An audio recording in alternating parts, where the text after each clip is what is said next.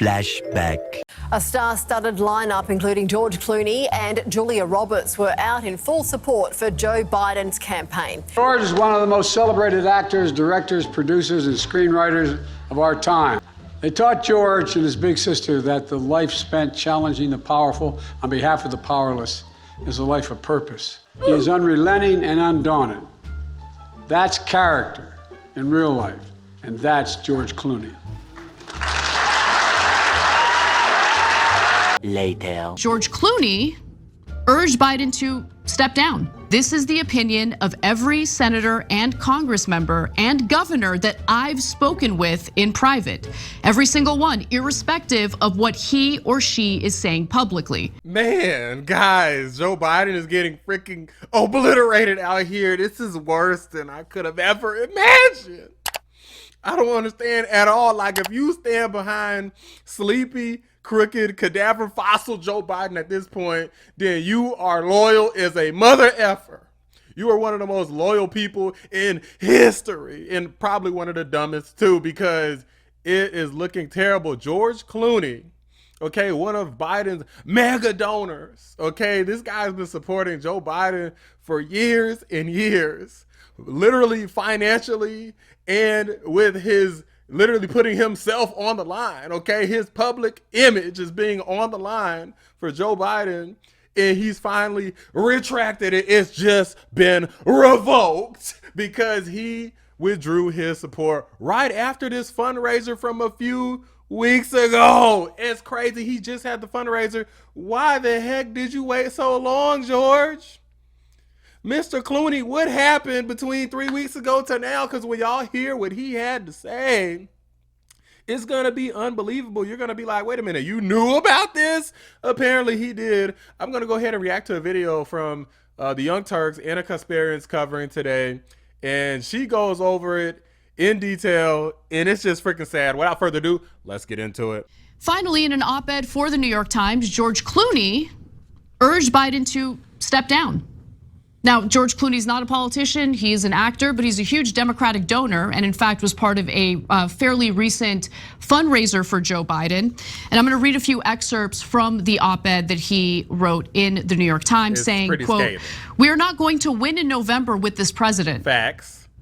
On top of that, we won't win the House, and we're going to lose the Senate. This sounds great. This isn't only my opinion. This is the opinion of every senator and Congress member and governor that I've spoken with in private. Every single one, irrespective of what he or she is saying publicly." Let me reiterate this in case somebody wasn't paying full attention, okay? This isn't only my opinion. Every senator and member of Congress and governor that I've spoken to, every single one, irrespective of what they're saying publicly, they're all lying, guys. All the Democrats are lying, all of them. All of these politicians, all the people that a lot of people, including even watching this channel, says, I'm sure there are some Democrat supporters who watch this channel. All of the Democrat politicians lied to y'all, all of them. And they keep lying to you. Y'all should be pissed. Y'all should be insulted. Why do you keep lying to me? You need to look your freaking congresswoman or congressman in the face and be like, stop lying to me. That's what you need to do. Tell them to stop lying to you. Tell you the truth. And then maybe you'll consider voting for them if they fess up.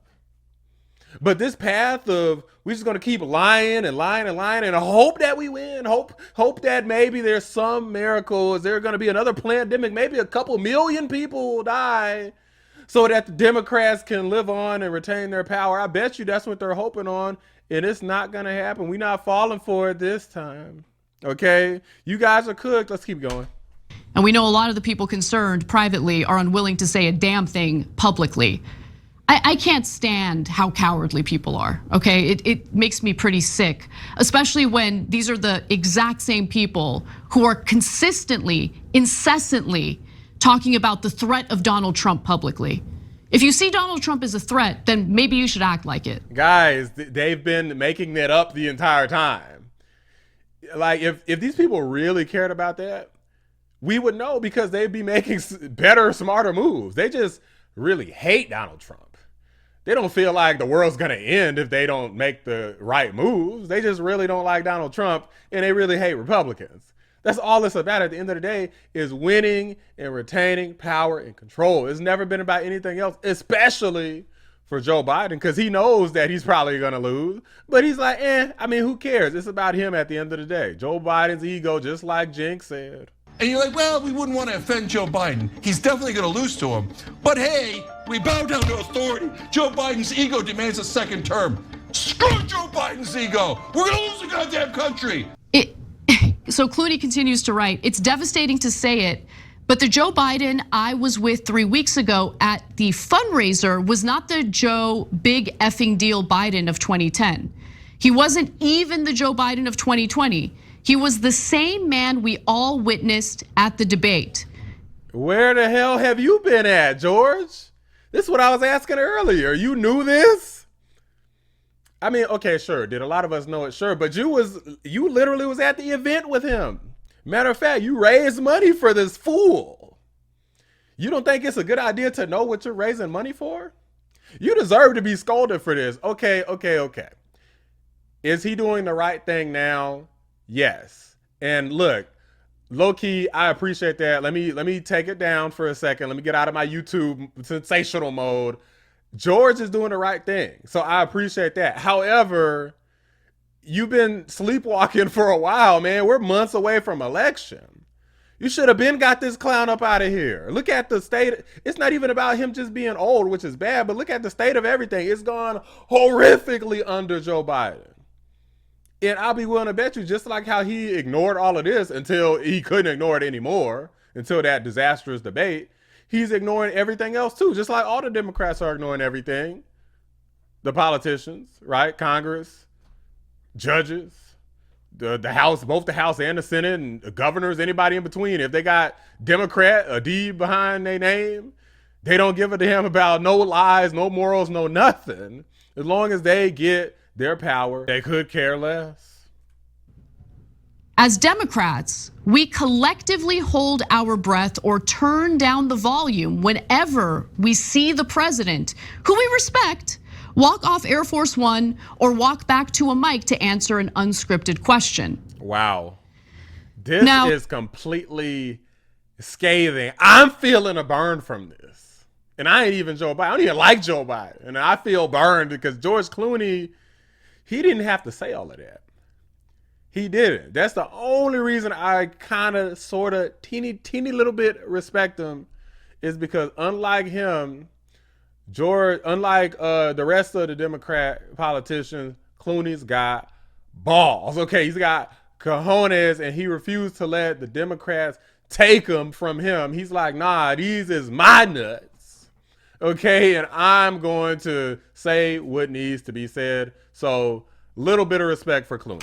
Oh, the Biden campaign didn't like that op-ed.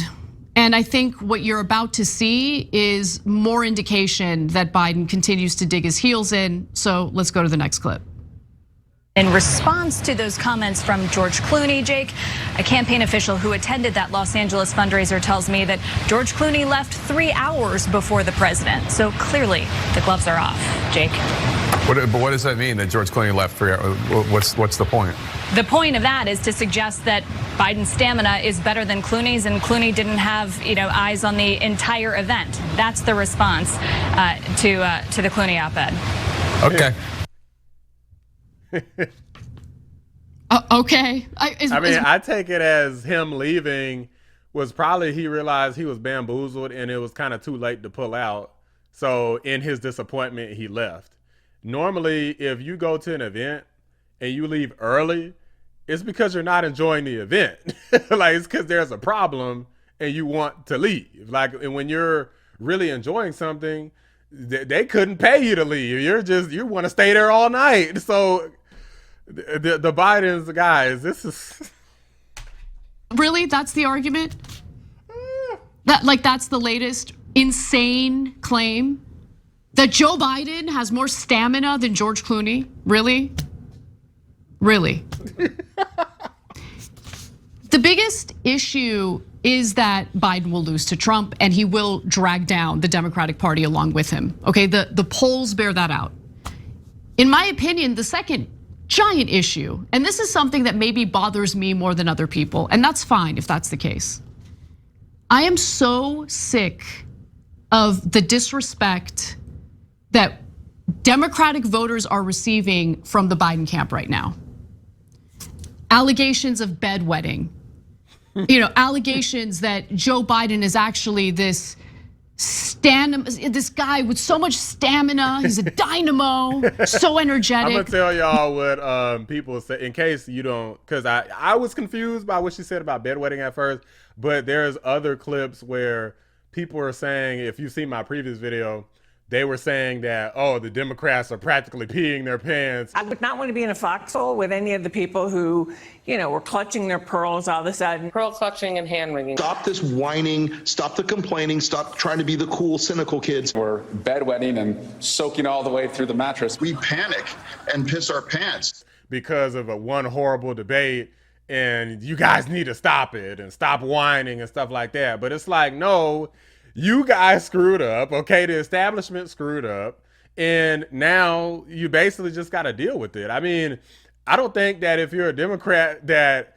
it's bad to whine at this point. I mean, I do think that people should have chose better in the primaries because they could have not picked Joe Biden, but then again, the propaganda was very heavily stacked against the average citizen being able to decipher it.